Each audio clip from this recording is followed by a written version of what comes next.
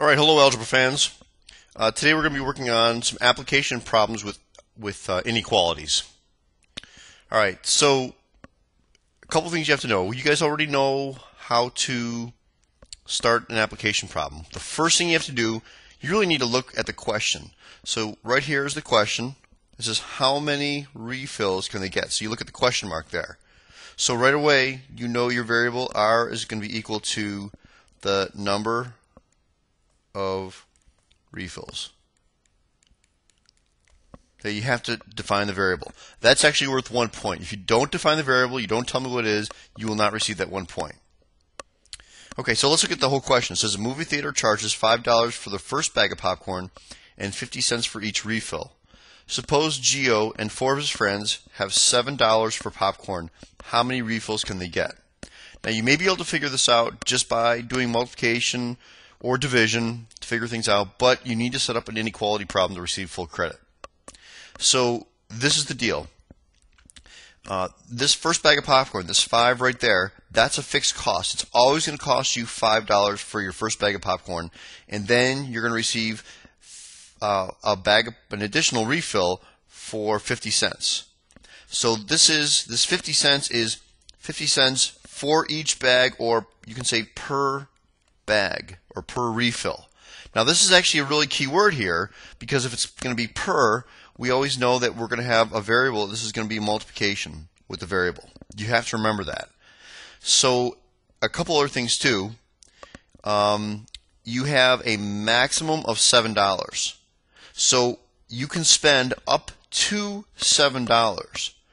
So this is the setup for that. I know I'm going to spend less than or equal to $7. I don't have to spend $7. I can spend $7. I can spend $6.99, $6.98. So I can spend up to $7. That's why you need this inequality, less than or equal to.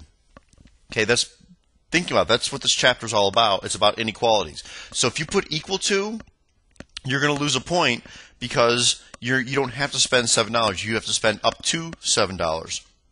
If I told you you had to spend more than $7, then it would be greater than $7. If I said you had to spend at least $7, that means $7 or more. So you have to realize what some of the words mean.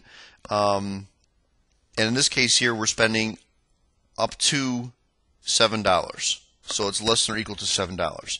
So my equation, that $5 is again my fixed cost. So it's going to be $5 plus 50 cents per each bag. So plus 0.50 times R. That is the setup for that problem. And then we just need to solve it.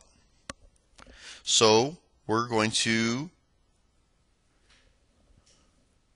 subtract $5 from both sides.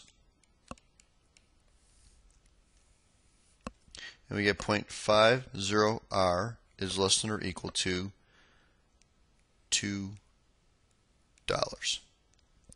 And then we're going to divide both sides by 0.5. And it doesn't matter if you use your calculator or if you know that when you divide, how to divide by 0.5, but you are going to get R is less than or equal to 4. So remember, 4 is the number of refills.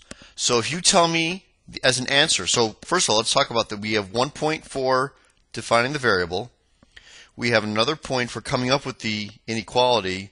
We have another point for solving the inequality. And our last point, so this is a 4-point question, our fourth point is actually coming up with an English answer. And it says R is less than or equal to 4. If you tell me he's going to have 4 refills, you're not going to get full credit for that. You need to realize less than or equal to means no more than. So you will say no more than 4 refills. You can say no more than 4 refills. You can say up to 4 refills. You can say at most 4 refills. Any one of those is okay. Any one of those describes less than or equal to. So that's the first problem. All right, so let's look at the Next problem here.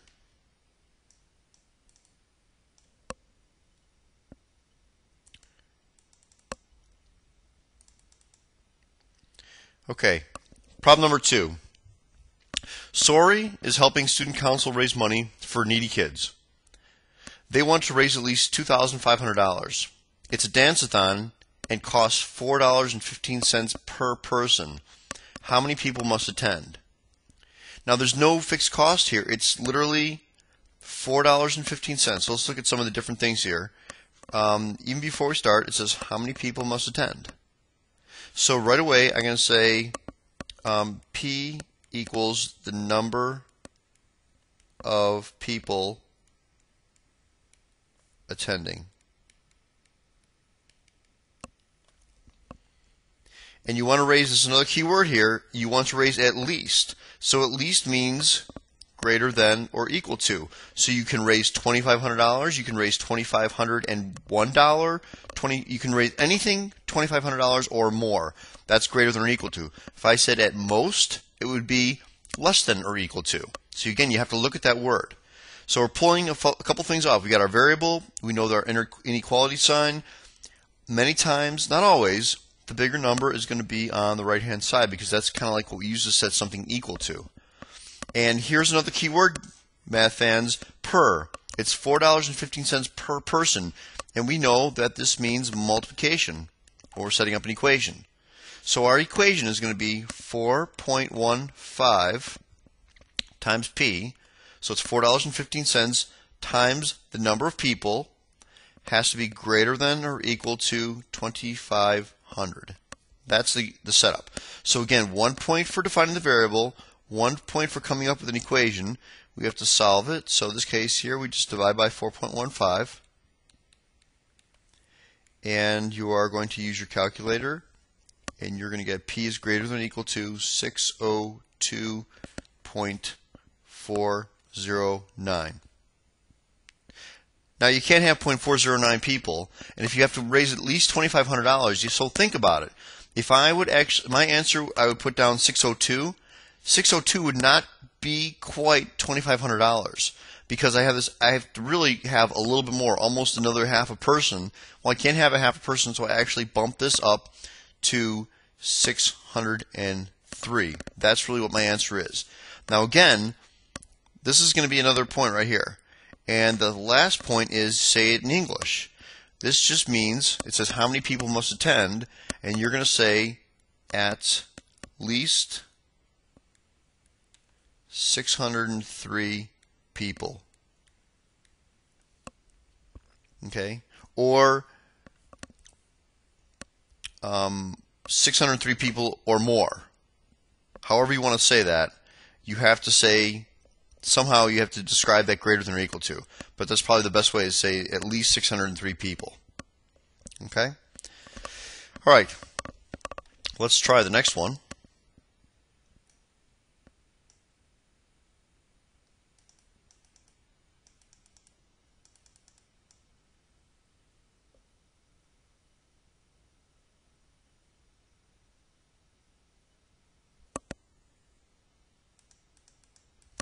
Okay, the tax rate in Schaumburg is 8.25%. Joe has $300 to shop at Best Buy, and he wants to purchase an iPod. How much can the iPod cost so he still has enough money to pay the sales tax? This is a great problem because there's so many times, especially with the tax rate being high, you go to the store and you have so much money, you look at the price of something and you're like, okay, this is the cost, but what's my total cost going to be? Because you only have so much money. So again, how much does it cost? How much can the iPod cost? So you're going to say C is equal to the dollars for an iPod.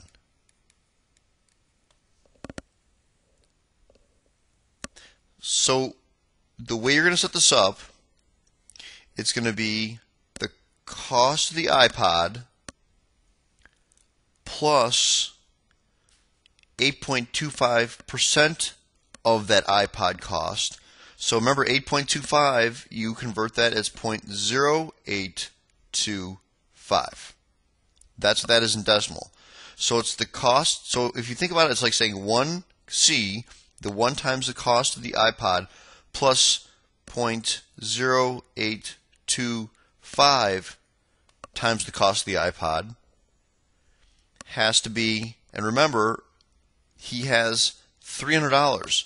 So if it's not less than, because if it's less than, that means he really has $299.99.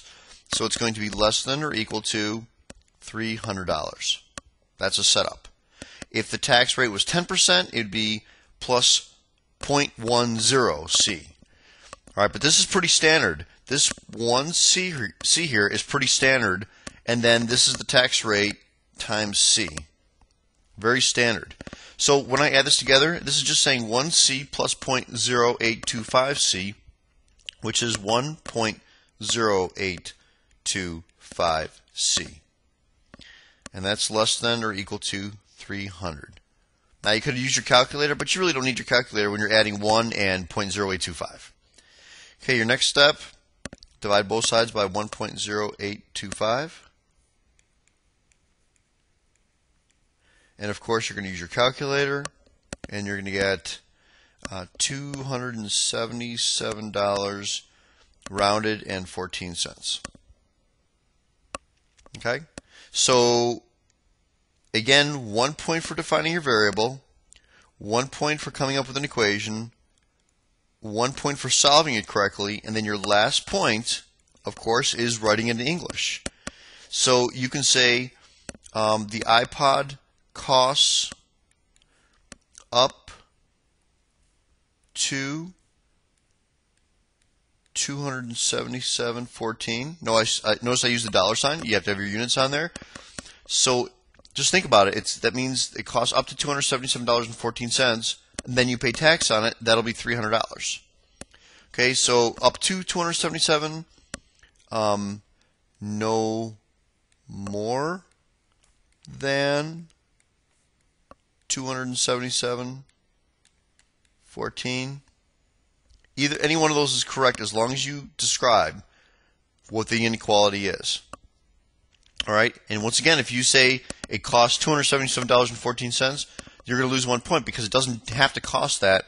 It just has to cost that or less.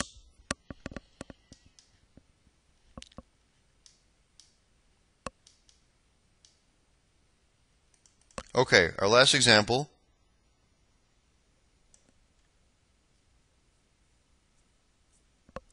All right, Kushbu buys a sweatshirt for $10. She wants a pair of sweatpants too. She only has $18, so what is the most she can spend for sweatpants? Again, this is a really easy problem because you know it's $8. Okay, it's just saying, oh well, if you have $18 and you buy a sweatshirt for $10, you had $8 left over. But once again, you have to show an inequality. All right, so it says what's the most she can spend for sweatpants? So P is the cost of sweatpants.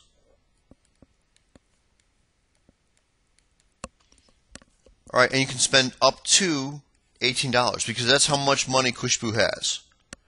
So your setup is going to be something less than or equal to 18. And P is the cost of sweatpants, so it's P plus the $10 you already spent. And then this is really easy, right? You subtract $10 from both sides. So P is less than or equal to $8. So once again, 1 point for defining the variable, 1 point for coming up with an equation, 1 point for solving the equation, and then your answer, it says, what is the most you can spend for sweatpants? Spend up to $8. Or no more than $8. Okay, so any one of those is correct. So this is basically, these are 4 examples using inequalities. Make sure you have, and this is again 1 point here, but make sure you define the variable, write out an equation, or write out an inequality, solve the inequality, and then come up with an English answer. Each one of these are worth 4 points. All right, that's about it, and I hope you learned a little bit about applications. Goodbye.